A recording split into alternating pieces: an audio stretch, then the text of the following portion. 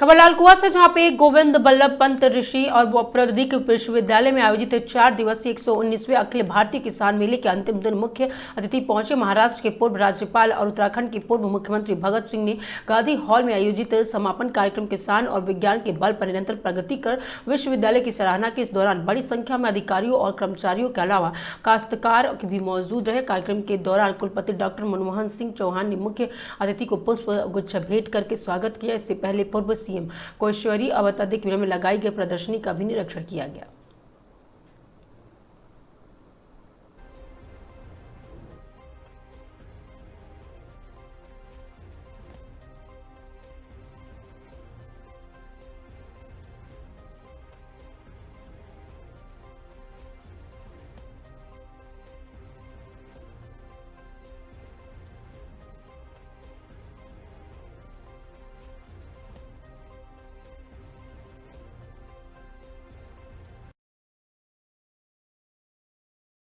गोविंद बल्लभ पंत कृषि विश्वविद्यालय ने, प्रौद्योगिकी विश्वविद्यालय ने हमारे देश में हरित क्रांति लाने में महत्वपूर्ण भूमिका निभाई है। आज भी लोग अंततः डीडीसी के बीज की मांग करते हैं, तो एक प्रकार से इस विश्वविद्यालय ने हमारे देश में हरित क्रांति में योगदान दिया है। और आज ये हर फील्ड में, चाहे बी कीपिंग हो, चाहे मछली के पालन हो, चाहे पशुपालन हो, चाहे खेती हो, हर क्षेत्र में ये अच्छा काम कर रहा है। और विशेष करके मैं जब से 3 साल से मुंबई छोड़ के आया हूँ, मैंने देखा है कि यहाँ हमारे वैज्ञानिक बहुत अच्छा काम कर रहे हैं कुलपति जी के नेतृत्व में। मेरा विश्वास है कि विश्वविद्यालय एक बार जैसे पूरे देश में इसका ऊंचा नाम था, फिर से इसका देश में ऊंचा नाम होगा। देश के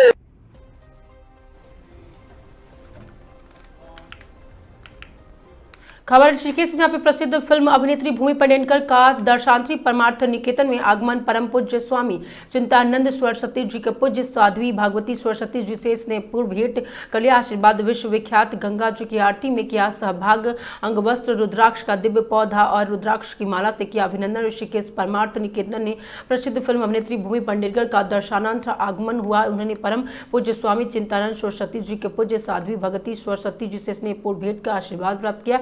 तत्पश्चात विश्व विख्यात परमार्थ गंगा आरती में अत्यंत भाव से साथ सहभाग किया। अभिनेत्री भूमि पेडनेकर ने कहा कि गंगा तट पर स्थित इस दिव्य आध्यात्मिक धाम परमार्थ निकेतन में पहुंचकर अत्यंत शांति का अनुभव हो रहा है। यह क्षण मेरे लिए भारतीय संस्कृति, आध्यात्मिक ऊर्जा और सनातन मूल्य से जुड़ने का एक अत्यंत पावन और आध्यात्मिक क्षण है। यह एक ऐसी आध्यात्मिक भूमि है जहाँ आकर मन को शांति, संतोष और जीवन को नई सकारात्मक दिशा प्राप्त होता है।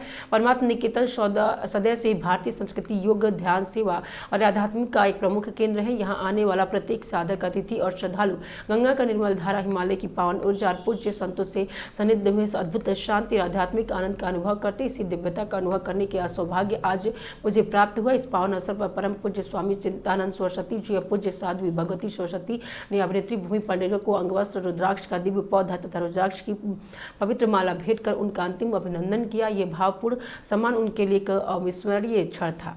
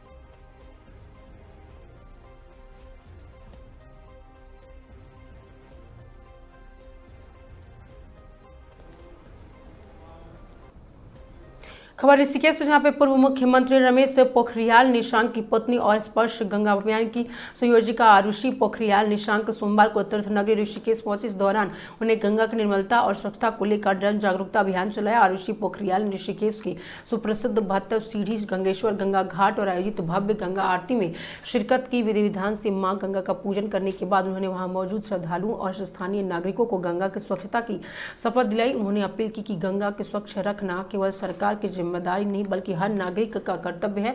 और इस अवसर पर गंगा घाट प्रबंध समिति और राष्ट्रीय हिंदू शक्ति संगठन के प्रदेश अध्यक्ष राघवेंद्र भटनागर की टीम द्वारा आरुषि पोखरियाल का भव्य स्वागत किया गया। संध्या की ओर से उन्हें सम्मानित करते हुए उनके द्वारा चलाए जा रहे स्पर्श गंगा अभियान की सराहना की गई। कहा गया कि आरुषि पोखरियाल के निशंक ने इस अभियान के सफल बनाने के लिए हर सनातनी और पर्यावरणीय प्रेमी को एकजुट होने की आवश्यकता है। आरुषि निशंक ने लोगों से मां गंगा का कूड़ा कचरा न डालने और पर्यावरण सुरक्षा योगदान देने का भी आग्रह किया है।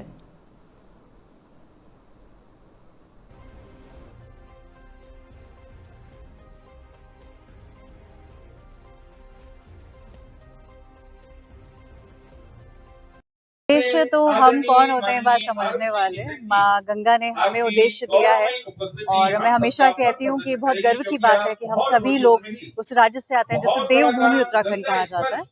तो जितनी हमको एक खूबसूरत जो है वो एक राज्य मिला है, उसके साथ साथ एक जिम्मेदारी भी मिली है और जिम्मेदारी है माँ गंगा को साफ रखने की और लगातार उसके लिए काम करने की। और हम लोग स्पर्श गंगा के माध्यम से 2008 से इस काम को करते आ रहे हैं और मुझे नहीं लगता कि ये काम एक दिन में पूरा होने वाला है। और कोशिश हमारी यही रहती है कि किस तरीके से हम माँ गंगा की सफाई, ज्यादा से ज्यादा पौधों को लगाना, पर्यावरण की सफाई कर सके। तो यही भाव लेकर आज गंगा का आशीर्वाद लेने के लिए पूरे स्पर्श गंगा की टीम के साथ हम लोग यहाँ पर आए। इस गंगा तट से क्या संदेश देना चाहेंगे भक्तों को आप? देखिए, संदेश तो बहुत बड़ा है। संदेश यही है कि प्लैनेट ए है हमारे पास में और हम सोचें कि भाई ये प्लैनेट पे तो काम नहीं चल रहा है, प्लैनेट बी चलते हैं, तो सॉरी, वो तो पॉसिबल नहीं है। तो इसीलिए इस प्लैनेट की चिंता करने के लिए हमारे जो नेचुरल रिसोर्सेज है, जिसमें जल है, और माँ गंगा के तट पर हम खड़े हैं जिन्होंने पूरे एशिया को, भारत को पानी दिया है, जीवन दिया है। तो बहुत जरूरी हो जाता है कि हम इस प्लैनेट की चिंता करें। और मैं क्योंकि इस राज्य से हूँ और हमेशा बोलती हूँ कि मेरा परिचय है, मैं छोरी गंगा किनारे वाली हूँ, तो मेरे साथ साथ सभी लोगों की जिम्मेदारी जो कि इस राज्य से है, उनकी जिम्मेदारी बढ़ जाती है। Thank you. गंगेश्वर घाट गंगा जी की आरती स्थल और गंगेश्वर महादेव का मंदिर है।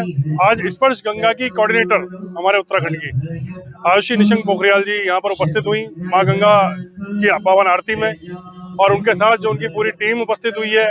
ऋषिकेश पब्लिक स्कूल के प्रधानाचार्य भी उपस्थित हुए हैं और ऋषिकेश पब्लिक स्कूल की सभी अध्यापिकाएं भी यहाँ पे उपस्थित हुई हैं। और जिस तरीके से प्रत्येक दिन यहाँ पर माँ गंगा की पावन आरती की जाती है, माँ गंगा की पावन आरती पर यहाँ पे सभी श्रद्धालु सम्मिलित होते हैं। तो आज उसी आरती में आरुषि निशंक पोखरियाल जी, जो हमारे पूर्व मुख्यमंत्री निशंक पोखरियाल जी की पुत्री हैं, वो यहाँ पर उपस्थित हुई और उन्होंने माँ गंगा की अपनी सभी सहभागियों के साथ आरती करी और जिसमें उन्होंने धर्म के प्रति जागरूक करने का सबको एक संदेश दिया।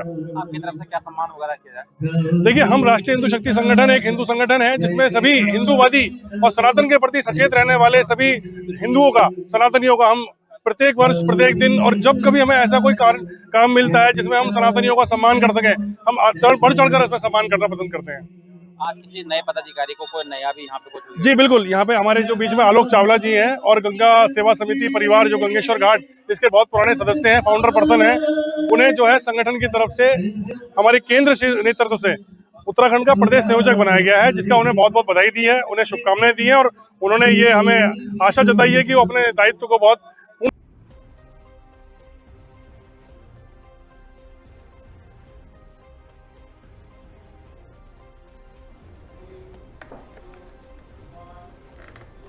खबर बिहार सहरसा से है, जहां पे सहरसा जिला के सोनबरसा राज्य प्रखंड मुख्यालय स्थित केंद्र परिवारों के लिए कुशल यौन कार्यक्रम का तहत निःशुल्क कंप्यूटर और कौशल प्रशिक्षण के लिए नामांकन शुरू कर दिया गया है। यह कार्यक्रम बिहार स्किल डेवलपमेंट मिशन के तहत चलाया जा रहा है। इस प्रशिक्षण की अवधि 3 महीने निर्धारित की गई। इसमें प्रतिदिन 4 घंटे प्रशिक्षण दिया जाएगा। 15 से 28 वर्ष आयु के ऐसे युवक युवतियों आवेदन कर सकते हैं जिनमें कम से कम 10वीं कक्षा उत्तीर्ण की। प्रशिक्षण पूरा होने पर प्रतिभागियों को प्रमाण पत्र भी दिया जाएगा। इच्छुक अभ्यर्थी सोनबरसा परसा राज्य स्थित केंद्र पर पहुंचकर नामांकन करा सकते हैं और मोबाइल नंबर बता दें कि 9288215140 और 7050215114 पर संपर्क करें, जानकारी प्राप्त कर सकते हैं।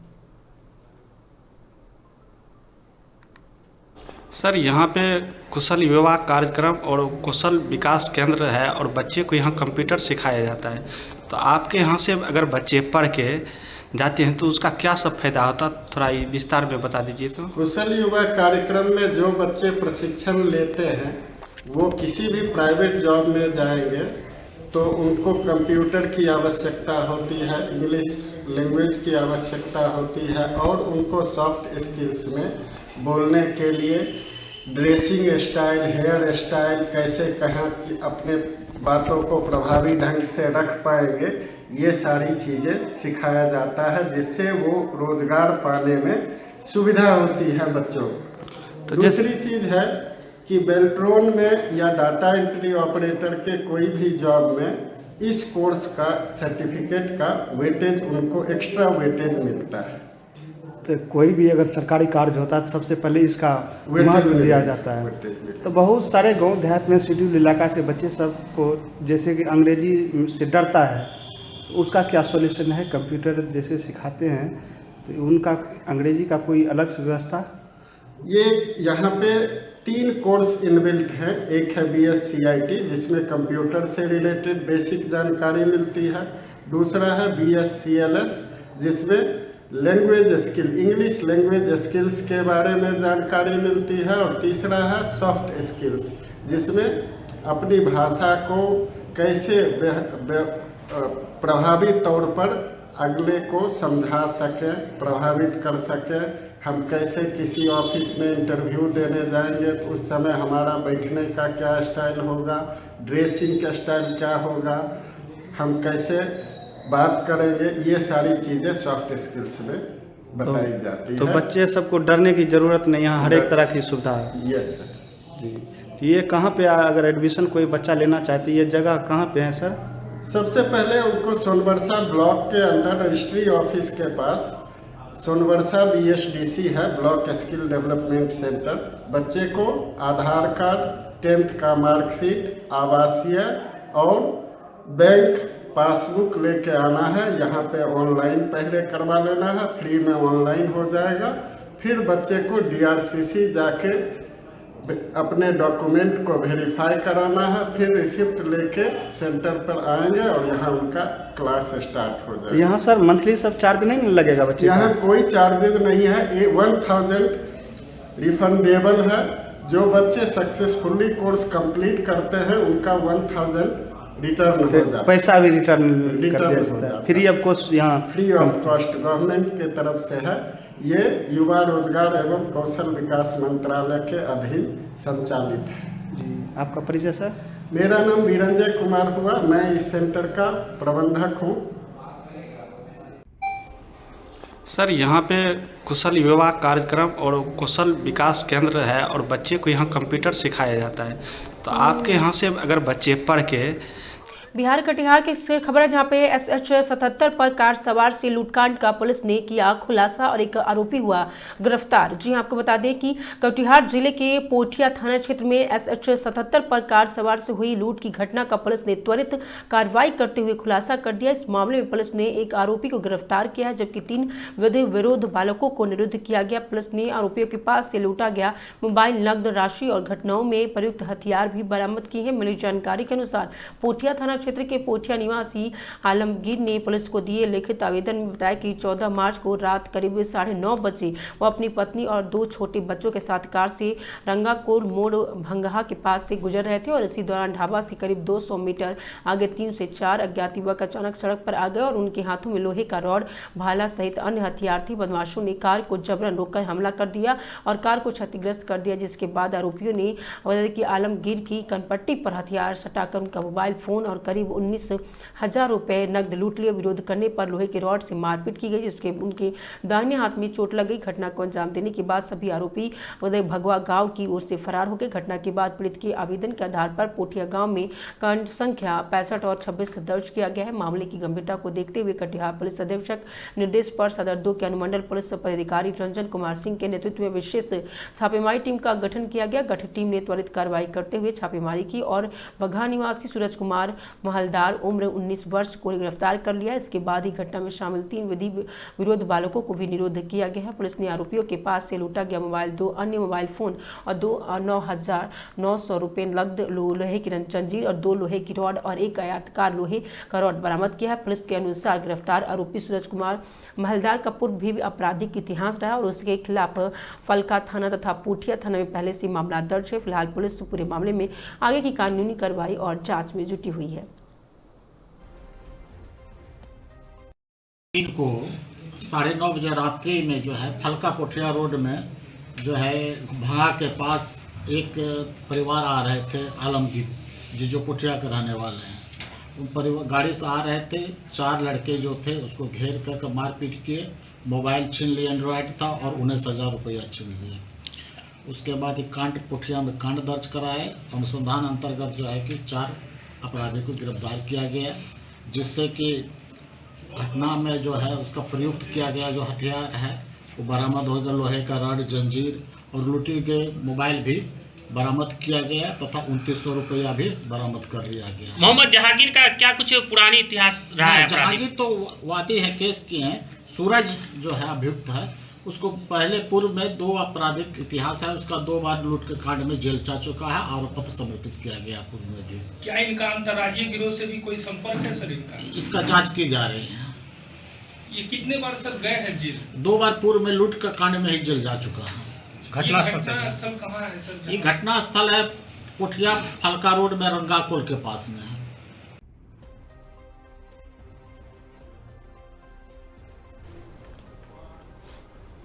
खबर बिहार से, जहां पे जन स्वराज के संगठन से नए सिरे से सशक्त न करने, सकारात्मक पुनर्गठन तथा नव निर्माण के उद्देश्यों के साथ जन स्वराज के सूत्रधार प्रशांत किशोर ने प्रेस वार्ता में कहा कि नरेंद्र मोदी और अमित शाह जिसको चाहे मुख्यमंत्री बना सकते हैं। और वहीं जन स्वराज के सूत्रधार प्रशांत सोमवार को आरा में प्रेस कॉन्फ्रेंस करते हुए कहा कि नरेंद्र मोदी और अमित शाह जिसको चाहेंगे उसको मुख्यमंत्री बना सकते हैं। नीतीश कुमार को मैंने पहले ही कह दिया था कि वो मुख्यमंत्री पद पर नहीं रह पाएंगे। उन्होंने कहा कि आप अपने बच्चों का चिंता कीजिए कि वह बेरोजगार नहीं रहे। जिस तरह से मुख्यमंत्री नीतीश कुमार लालू जी पर यह बात कहते थे कि भाषागत परिवारवाद को लेकर चलते हैं, तो यह क्या नीतीश कुमार भी अपने बेटे को पार्टी में ला दिया? उन्होंने कहा कि सबसे ज्यादा अगर परिवारवाद है तो वह बीजेपी जदयू में है। उन्होंने कहा कि हमारे संगठन की जो ताकत जमीन पर होनी चाहिए थी उसमें कुछ कमी रह गई है, जिसकी हम लोग समीक्षा कर रहे हैं। विचारधारा के आधार पर बिकेगा, कोई धन के आधार पर बिकेगा, कोई राज्यसभा का में चला जाएगा, उससे बिहार के लोगों का, बिहार के बच्चों का क्या बदलने वाला है? क्या पहले से लोग राज्यसभा में नहीं है? अरे ये सामान्य लोकतंत्र की प्रक्रिया है, चलती रहेगी। आप न्यूज में चलाते रहिए कि कौन राज्यसभा में गया। राज्यसभा में चाहे एनडीए का उम्मीदवार जाए या राजद का उम्मीदवार जाए, उसको बिहार के लिए करना कुछ नहीं है। पहले से बिहार के इतने लोग राज्यसभा में बैठे हुए हैं, दिल्ली के कैबिनेट में बैठे हुए हैं, 40 आपके लोकसभा के सांसद हैं। बिहार में कौन सा सुधार करके दिखा दिया इन लोगों ने? ट्रेन का एगो स्टॉपेज नहीं करा सकता है, इनका कोई वैल्यू नहीं है। इस देश में गुजरात के लोगों की चलती है, गुजरात के लोग राजा हैं। 26 एमपी वाले गुजरात के लोग फैक्ट्रियों के मालिक हैं और 40 एमपी वाले बिहार के लोग उन फैक्ट्रियों में मजदूर है। इस बात को स्वीकार कीजिए और जब तक इसको सुधारिएगा नहीं तब तक बिहार की दशा और दिशा नहीं सुधरने। संगठन की जो ताकत जमीन पर होनी चाहिए थी शायद उसमें कमी रह गई, लेकिन चुनाव परिणाम सिर्फ संगठन का फंक्शन नहीं है। कई दूसरे दल जो बहुत पुराने दल भी हैं, जिनका संगठन बहुत मजबूत भी है, उनको भी सफलता नहीं मिली है, क्योंकि इस बार जो बिहार में चुनाव हुए वो अजूबा चुनाव थे। पहली बार ऐसा हुआ जबकि सरकार ने तिजोरी खोलकर पैसे बांटकर इलेक्शन कमीशन के सहयोग से करीब करीब हर विधानसभा में 60 से 70 हजार वोट एक तरीके से खरीदा है। और ये सिर्फ हम लोग आरोप नहीं लगा रहे हैं, इसका आप प्रभाव देखिए कि जो सरकार आज 202 विधायक जीतकर सरकार बनी, उसके मुख्यमंत्री 3 महीने के अंदर वो पद छोड़ रहे हैं।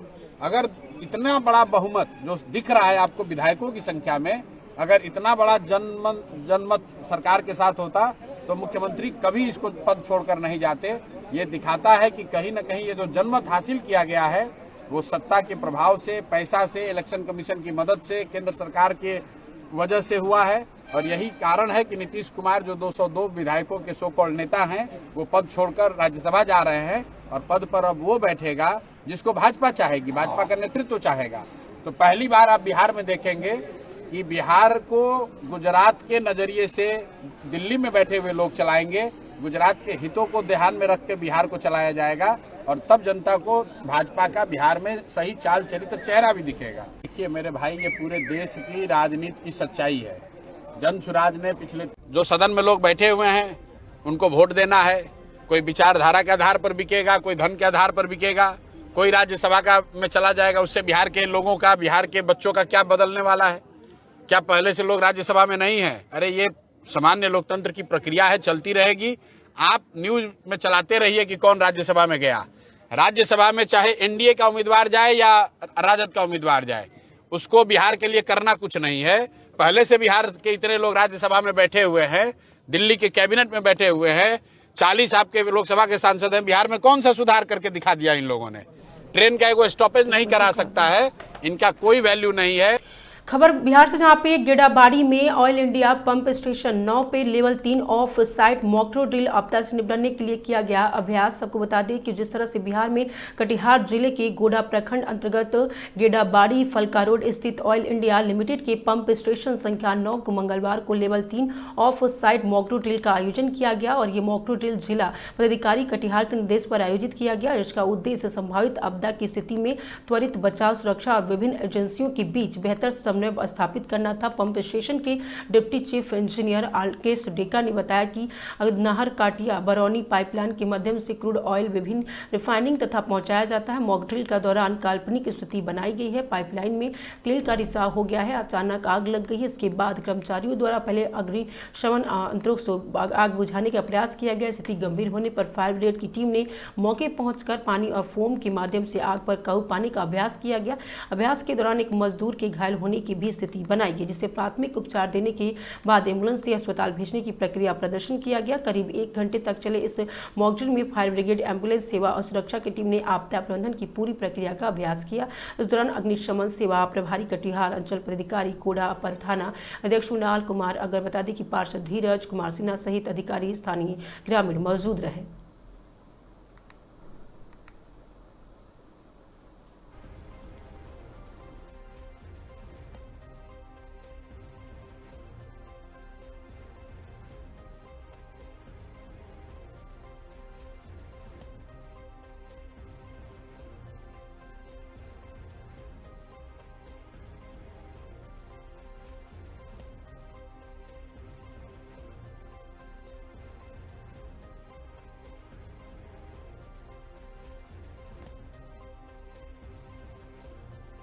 जिन्होंने कि एक आपदा का यहाँ पे क्रिएट किया, आपने बहुत ही अच्छे तरीके से उसको, और सबसे बड़ा इम्पोर्टेंट बहुत ज़रूरी बात ये रहा कि इसमें कि आपने कि कैसे सभी एजेंसी को एक साथ कोरिलेट करके उसको बातचीत करके सहयोग इस कार्य में किया जाए, ये समय समय पे होते रहना चाहिए। अभी कुछ दिन पहले जिला प्रशासन पूरे बिहार सरकार की तरफ से भूकंप पे इसी तरह का एक मॉडल किया गया। बिल्कुल उसी की तरह अपने ऑयल इंडिया का जो पाइपलाइन है इसको कैसे सुरक्षित रखा जाए, इसको सुरक्षित रखने पे या फिर कोई घटना यदि घट जाती है तो उसको कैसे सभी एजेंसियों के सहयोग से इस पर कंट्रोल किया जाए।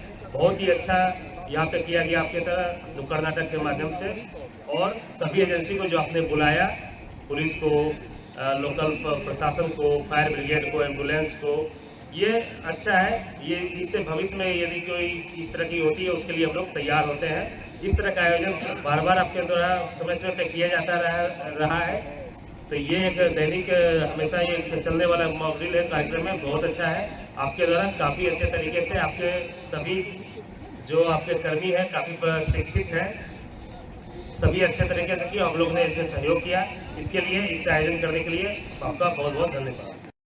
मैं उम्मीद करती हूँ कि आप लोगों ने इससे देखा और बहुत कुछ सीखा होगा।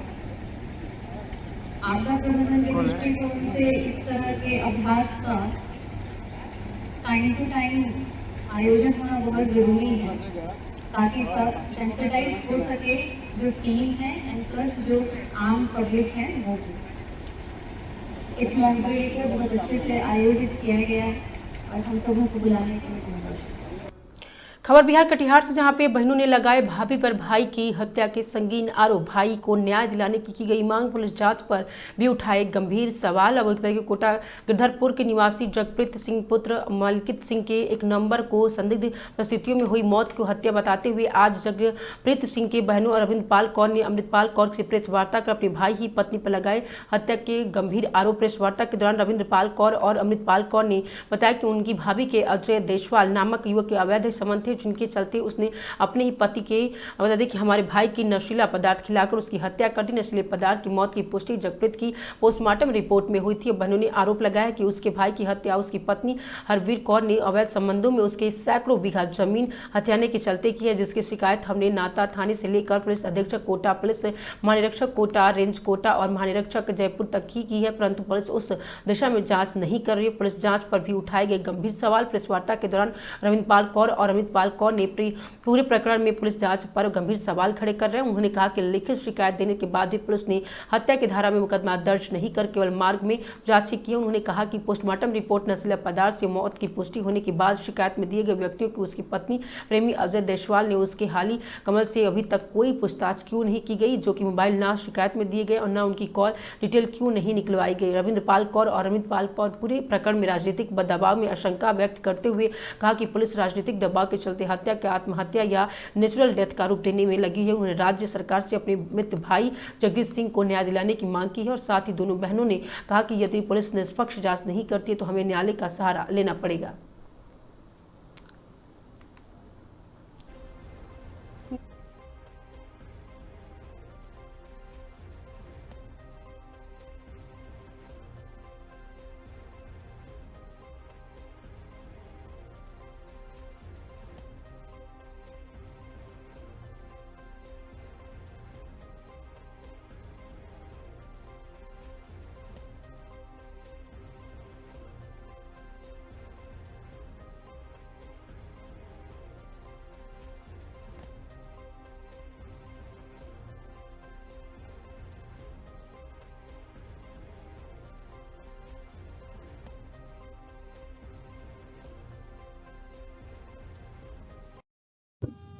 सर, मेरे भाई का नाम जगप्रीत है, गिरधरपुरा का रहने वाला है। क्या हुआ है? मेरी भाभी ने उसकी हत्या कर दी अजय देशवाल के साथ मिलके। अजय देशवाल के साथ उसके अवैध संबंध। ये कौन मामला है? 1 नवंबर का।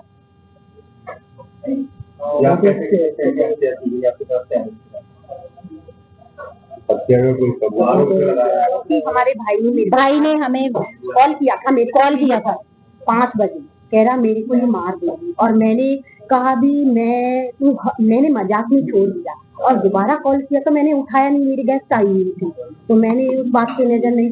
जब मुझे सुबह पता चला और किसी अन्य रिश्तेदार ने मेरे को फोन किया तो 10:40 पर कि तेरे भाई जल्दी आ जा, हॉस्पिटल में है। जब मेरा भाई खत्म हो गया, का काम एग्रीकल्चर का काम करती नहीं, एग्री 2 बच्चे, एक बेटा एक बेटी, पढ़ाई डोलॉजी में वहाँ पर डोलॉजी पब्लिक हिमाचल।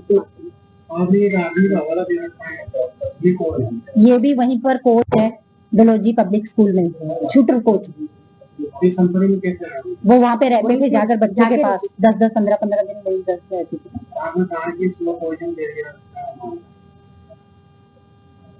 वो जब हम उसको उठाते थे सैटरडे वाले दिन वो बेहोश रहता था, फ्राइडे सैटरडे, और कभी बात भी करते थे तो तो वैसे डर के मारा वो मुझे कहता था, भी डर के मारा वो मेरे पास चला जाता था फ्राइडे की रात को। उसकी वाइफ ने कैसे कंटेंट किया कि उसने मदद किया? वो मैंने ही देकर मैंने गलती मुझे माफ कर। आपने बड़े गंभीर आरोप लगाए हैं कि उनको होटल में भी देखा गया है, अवैध संबंध। वो मानी है, क्या प्रूफ है? मैंने जब मान गई, 6 जनवरी में मेरे पास गई थी तो मैंने कहा कहती मैं होटल में भी गई, एक बार गई, वो मानी है मेरे पास। मैंने पूछा ना उस रात कहाँ गई थी, उसने कहा आपने मान लिया, लेकिन ये बात प्रशासन या अदालत थोड़ी मानेगी, वो नहीं मानी। प्रूफ चाहिए ना। प्रूफ हमारे पास नहीं है। हमने तो इन्वेस्टिगेशन करवाई थी, प्रशासन ने हमें कोई कुछ नहीं दिया। नॉर्मल बात है,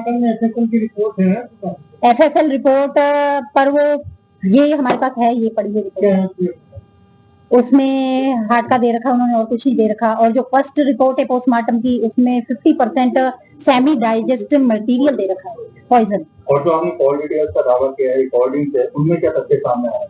उनमें वो कबूल कर रही है भी मेरे अवैध संबंध है। प्रशासन लोग कह रहा है, प्रशासन वो मान गई हमारे पास भी अवैध संबंध मान गई है। वो मेरे आप कह रहे हो पुलिस ने जो है मर्ग दर्ज किया है, हत्यागत मुकदमा दर्ज नहीं किया है। तो क्या पुलिस कहीं ना कहीं छुपाई है या फिर कोई राजनीतिक दबाव बता रहा है? हाँ, ऐसे ही है, दबाव ही है प्रशासन के ऊपर, कहीं ना कहीं राजनीतिक दबाव। इसमें कोई जमीन वगैरह का कोई मामला? और कोई जमीन वगैरह कोई मामला नहीं। किनके नाम है? किसकी जमीन है? वो जगप्रीत के ही नाम है, उसकी वाइफ के नाम है, वो उसने बच्चे के नाम वसीयत 100 बीघा वहाँ पर है, 110 बीघा जमीन पूरा में, और 10 बीघा गिरधरपुरा के आसपास। अब आप क्या चाहते हैं? हम तो इंसाफ चाहते हैं, इंसाफ मिलना चाहिए। रविंदर कौर, अमृतपाल, दोनों बहनें। मैं बड़ी हूँ, मेरे से 9 साल छोटा है। आप लोग ये कोटा ही रहता है? हाँ हाँ जी, मैं बरूंदन हूँ, नमाड़ा रोड, और ये दिगो देखो गिरधरपुरा। भाई हम प्रशासन से ये चाहते हैं भी प्रशासन हमारा मामला, हरवीर कौर ने मर्डर किया है, उसने कबूल कर लिया हमारे पास, तो अब प्रशासन भी तो कुछ करे ना। प्रशासन नहीं,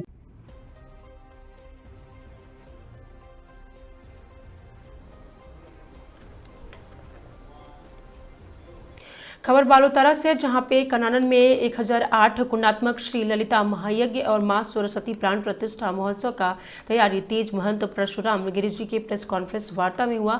बालोतारा ग्राम कनानन स्थित श्री मंठ में परम पूज्य श्री महंत परशुराम गिरी जी महाराज के संदिग्ध में आयोजित होने जा रहे 1008 गुणात्मक श्री ललिता महायज्ञ मां सरस्वती प्राण प्रतिष्ठा महोत्सव की तैयारियां जोरों शोर से चल रही हैं। इसी संदर्भ में आज श्री मठ कनानन में एक प्रेस वार्ता का आयोजन किया गया, जिसमें महायज्ञ की तैयारियों और कार्यक्रम की विस्तृत जानकारी दी गई। प्रेस वार्ता को संबोधित करते हुए श्री महंत परशुराम गिरी महाराज ने बताया कि यह महायज्ञ एक वर्ष से अनवरत चल रहा है और एक दिव्य और आध्यात्मिक आयोजन है, जिसके पुण्य आहुति अवसर पर देश विदेश से लाखों श्रद्धालुओं के साथ संत महात्माएं और उपस्थित रहेंगे। उन्होंने बताया कि इसका आयोजन मुख्य उद्देश्य धर्म, संस्कृति और सनातन परंपरा का प्रचार प्रसार करना है। उन्होंने कहा कि इस भव्य आयोजन की तैयारियों में ग्राम कनानन सहित आसपास के क्षेत्र के श्रद्धालु बढ़ चढ़कर सहयोग दे रहे हैं और गाँव की महिलाएं द्वारा यज्ञशाला में श्रमदान कर सेवा कार्य किया जा रहा है, जो कि पूरे आयोजन को अधिक पवित्र और सफल बनाने में महत्वपूर्ण भूमिका निभा रहे हैं। इस अवसर पर श्री महंत चैतन गिरी जी महाराज, श्री संगम गिरी जी महाराज और ज्योतिषाचार्य महिमा अग्रवाल, आचार्य श्री जितेंद्र और चतुर्वेदी ने भी विश्व विख्यात महायज्ञ का और मां सरस्वती प्राण प्रतिष्ठा महोत्सव का महंत और कार्यक्रम की रूपरेखा के बारे में जानकारी दी। प्रेस वार्ता में बताया गया कि इस धार्मिक महोत्सव में दूर दूर से संत महात्मा, श्रद्धालु और धर्म प्रेमी बड़ी संख्या में शामिल होंगे। आयोजन को लेकर पूरे क्षेत्र में उत्साह का माहौल और समस्त क्षेत्रवासी मिलकर एक ऐतिहासिक कार्यक्रम की तैयारियों में अपना महत्वपूर्ण योगदान दे रहे हैं। और बता दें कि महंत परशुराम गिरी महाराज ने सभी सनातनियों को इस आयोजन के भव्य बनाने के लिए सभी को भावभर निमंत्रण दिया है।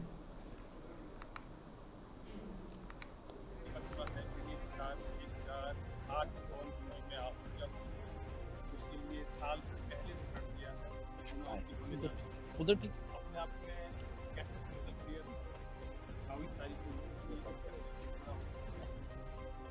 देव कार्य समुद्यता सिंदूरारुण विग्रहां त्रिनयनां माणिक्य मौलिस्फुरत तारानायक शेखरां स्मित मुखिं मापीन वक्षोरुहां पाणिभ्यामलिपूर्ण रत्न चषकं रक्तोत्पलं बिभ्रतिं सौम्यां रत्नघटस्थ रक्त चरणां ध्यायेत परामंबिका।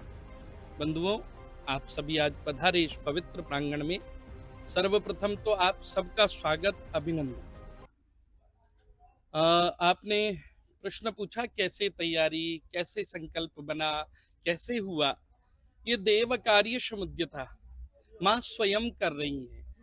मैं तो अपने आप को निमित्त मात्र भी नहीं मानता हूँ, क्योंकि चैत्र मास की षष्ठी 2025 में जब इस यज्ञ का शुभारंभ हुआ तो उस समय 1600 देव कन्याओं द्वारा इस यज्ञ का शुभारंभ हुआ।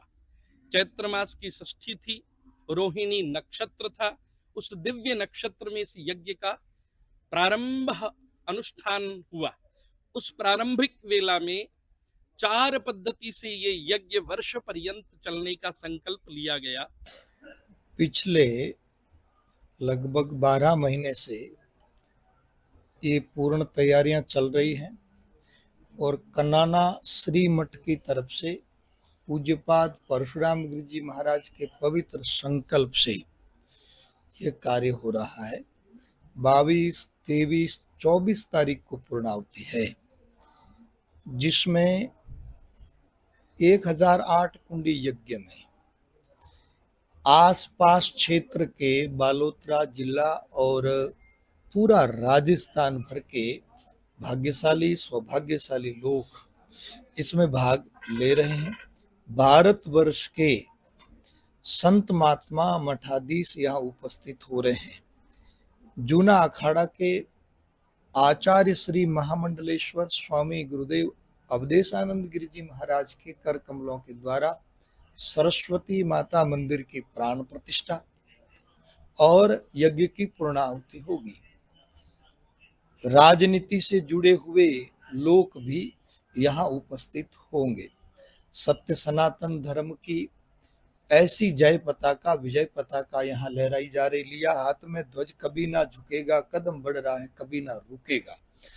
ऐसा पवित्र संकल्प एक महान आत्मा ने लिया, महान ऋषि ने लिया, एक युवा मनुष्य ने लिया। श्रीमठ कन्नाना का जो इतिहास रहा है, वर्तमान के मठाधीश्वर 17वें मठाधीश है मठों की परंपरा।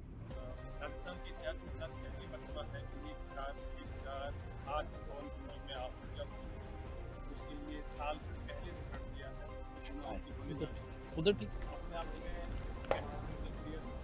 खबर जसोल से, जहां पर राजकीय उच्च माध्यमिक विद्यालय अमरपुरा जसोल में बालिकाओं को निःशुल्क साइकिलिंग वितरित की गई। प्रधानाचार्य सरोज भाटी ने बताया कि श्रीमान जिला शिक्षा अधिकारी माध्यमिक शिक्षा मुख्यालय बालोतारा के आदेशानुसार नोडल केंद्र पीएम श्रीमती सुआ देवी राजकीय बालिका उच्च माध्यमिक विद्यालय जसोल से शारीरिक शिक्षा प्रताप सिंह और राव की नवनीत कुमार अध्यापक के नेतृत्व में साइकिलिंग पहुंची और विद्यालय की कर्मिक कंता कुमारी, अंजुला, सुमन, अनिता चौधरी कनिष्ठ सहायक अभिभावकों के साथ कक्षा 9 में अध्ययनरत बालिकाओं को राज्य सरकार की महंत योजना के तहत बालिका शिक्षा बढ़ावा देते हुए विद्यार्थियों के आवागमन के सरल बनाते हुए शुल्क साइकिलिंग वितरण किया गया। प्रौद्योगिकी बालिका शिक्षा को बढ़ावा देने हेतु राज्य सरकार की अनेक योजनाओं की भी जानकारी प्रदान की गई।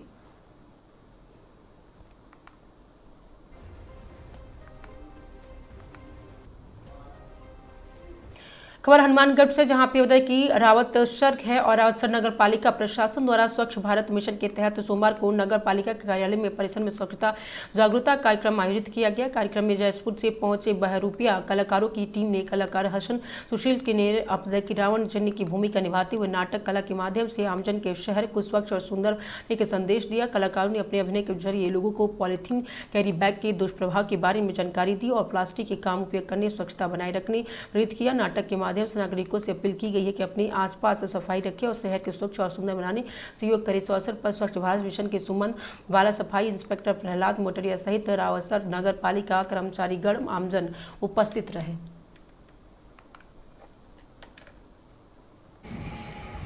और आज ये लंकापति रावण अब खबर पंचपदरा से, जब विधायक डॉक्टर अरुण चौधरी ने केंद्रीय मंत्री को शिष्टाचार मुलाकात करके विकास की चर्चा की। बालोतारा में 16 मार्च पंचपदरा विधायक डॉक्टर अरुण चौधरी ने नई दिल्ली के केंद्रीय मंत्री को शिष्टाचार भेंट कर क्षेत्र के विकास से जुड़े महत्वपूर्ण मुद्दे उठाए। विधायक ने चौधरी की विभिन्न मंत्रालयों के समक्ष बालोतारा पंचपदरा क्षेत्र की आवश्यकताओं को रखते हुए सकारात्मक पहल की। विधायक ने केंद्रीय वित्त मंत्री निर्मला सीतारमण की मुलाकात कर बालोतारा जिला के ग्रामीण क्षेत्र धोब और बुडियाडा में राष्ट्रीयकृत की शाखाएं खोलने की गई। उन्होंने कहा कि इस क्षेत्रों में बैंकिंग सुविधाओं की कमी के कारण ग्रामीण किसान और छोटे व्यापारियों को आर्थिक लेन देन में कठिनाइयों का सामना करना पड़ता है। यदि यहां बैंक शाखाएं खोली जाती है तो ग्रामीणों को वित्तीय सेवाएं स्थानीय स्तर पर उपलब्ध हो सकेंगी और क्षेत्र में आर्थिक गतिविधियों को भी बढ़ावा मिलेगा। इसके अलावा विधायक चौधरी ने केंद्रीय रक्षा मंत्री राजनाथ सिंह को भी मुलाकात की। इस दौरान उन्होंने बालोतरा में सैन्य संग्रहालय स्थापित करने का प्रस्ताव रखा। विधायक ने बताया कि इस क्षेत्र को कई जवान भारतीय सेना में अपनी सेवाएं दे रह चुके हैं और देश की रक्षा में योगदान दिया है। सैन्य संग्रहालय बनाने से युवाओं में देशभक्ति की भावना भावना मजबूत होगी तथा सेना के इतिहास और वीर सैनिकों के योगदान में नई पीढ़ी को प्रेरणा मिल सकेगी। साथ ही यह बालोतारा के एक नया पर्यटन आकर्षक भी बन सकता है। वही विधायक ने केंद्रीय रेल मंत्री अश्विनी वैष्णव से भेंट कर बालोतारा पंचदरा रेल लाइन परियोजना से जुड़ा मुद्दा भी उठाया है। उन्होंने निवेदन किया है कि रेल लाइन प्रस्तावित मार्ग को इस प्रकार निर्धारित किया है जिससे कि स्थानीय नागरिकों को आवागमन में किसी प्रकार की सुविधा न हो। विधायक ने सुझाव दिया कि रेल मार्ग वैकल्पिक स्थान से निकाला जाए ताकि शहर आसपास के क्षेत्रों में यातायात रहित न हो सके, आमजन को सुविधाजनक परिवहन व्यवस्था मिल सके। डॉक्टर बता दें कि अरुण चौधरी ने कहा कि केंद्र सरकार के सहयोग से क्षेत्र के विकास के लिए लगातार प्रयास किए जा रहे हैं। उन्होंने विश्वास जताया कि केंद्र सरकार इन मांगों पर सकारात्मक विचार करेगी जिससे बालोतारा की पचपदरा क्षेत्र में बैंकिंग, पर्यटन और परिवहन सुविधा को नया विस्तार मिलेगा। उन्होंने केंद्रीय मंत्री प्रहलाद जोशी से मुलाकात कर क्षेत्र के जुड़े विभिन्न महत्वपूर्ण मुद्दे पर चर्चा की है। इस दौरान विधायक चौधरी ने प्रवासी राजस्थानी भाइयों की सुविधा के लिए नियमित हवाई सेवा शुरू करने की रेल लाइन नियमित विस्तार मांग रखी। डॉक्टर विधायक चौधरी ने केंद्रीय मंत्री आवास कराया और बालोतारा पंचपदरा क्षेत्र में बड़ी संख्या में लोग रोजगार और व्यवसाय के लिए देश विदेश के विभिन्न शहरों में निवास करते हैं। ऐसे में क्षेत्र में प्रमुख शहरों के लिए नियमित उड़ान सेवा शुरू होने से प्रवासी राजस्थानी भाइयों में आवागमन में काफी सुविधा मिल सकेगी, क्षेत्र के विकास को ही गति मिलेगा। उन्होंने ये भी बताया कि क्षेत्र में रेल संपर्क का विस्तार अत्यंत आवश्यक है। रेल लाइन के नियमित विस्तार और बेहतर रेल कनेक्टिविटी से व्यापार, उद्योग, पर्यटन के बढ़ावा मिलेगा, स्थानीय लोगों को भी आवागमन सहूलियत होगी। और केंद्रीय मंत्री प्रहलाद जोशी ने विधायक द्वारा उठाए गए मुद्दों को गंभीरता से सुनते हुए कहा कि संबंधित विभाग में साथ इस विषय पर विचार आवश्यक कार्रवाई की जाएगी। विधायक डॉक्टर अरुण चौधरी ने केंद्रीय मंत्री का आभार व्यक्त करते हुए उम्मीद जताई कि इन मांगों पर सकारात्मक निर्णय होने से क्षेत्र विकास को नई गति मिल पाएगी।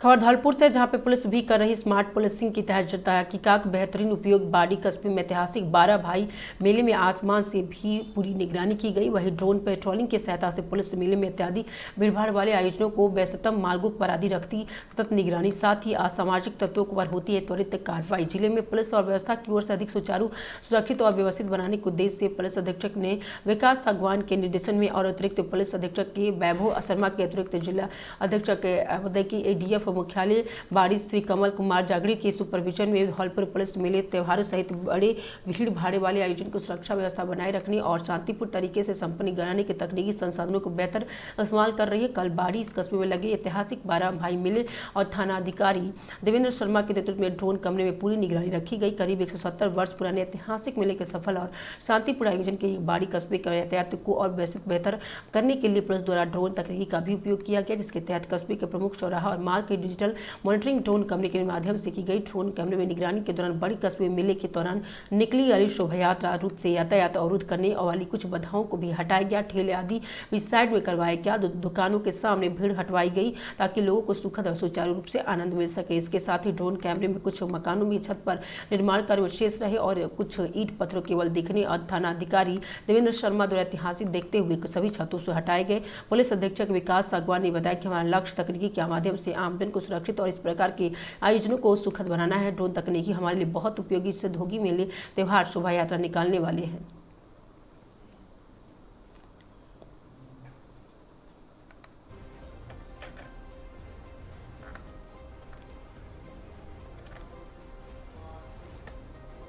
खबर अलवर जिले से, जहां पे कलेक्टर के रसद विभाग की टीम के साथ गैस एजेंसियों का किया गया निरीक्षण। अलवर जिला में कलेक्टर डॉक्टर कार्तिका शुक्ला ने शहर में गैस एजेंसियों का औचक निरीक्षण किया। उन्होंने रसद विभाग की टीम के साथ गैस स्टॉक वितरण व्यवस्था, बुकिंग प्रक्रिया की जांच की। निरीक्षण में सभी व्यवस्थाएं सामान्य मिली और आमजन को पर्याप्त गैस आपूर्ति आश्वासन दिया गया। कलेक्टर के गैस एजेंसियों के गोदामों और स्टॉक की भी जाँच की गई। जाँच में सभी पाया गया। जिला कलेक्टर के आमजन से अफवाहों को ध्यान न देने और पैनिक बुकिंग न करने की अपील की गई। और बता दें कि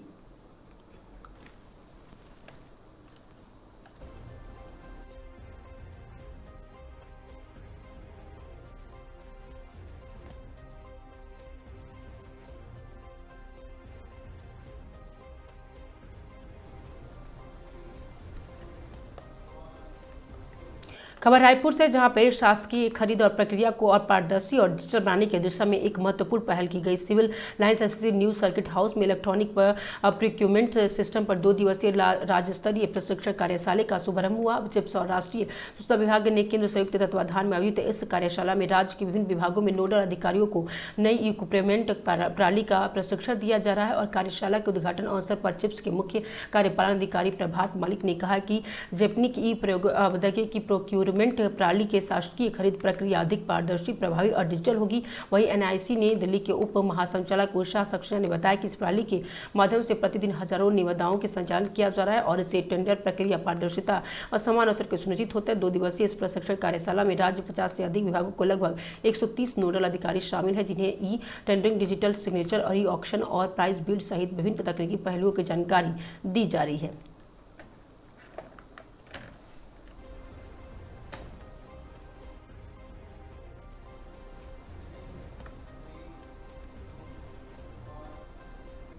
ऐसे ही तमाम बड़े खबरों के लिए बने रहे आगाज टाइम के साथ। धन्यवाद।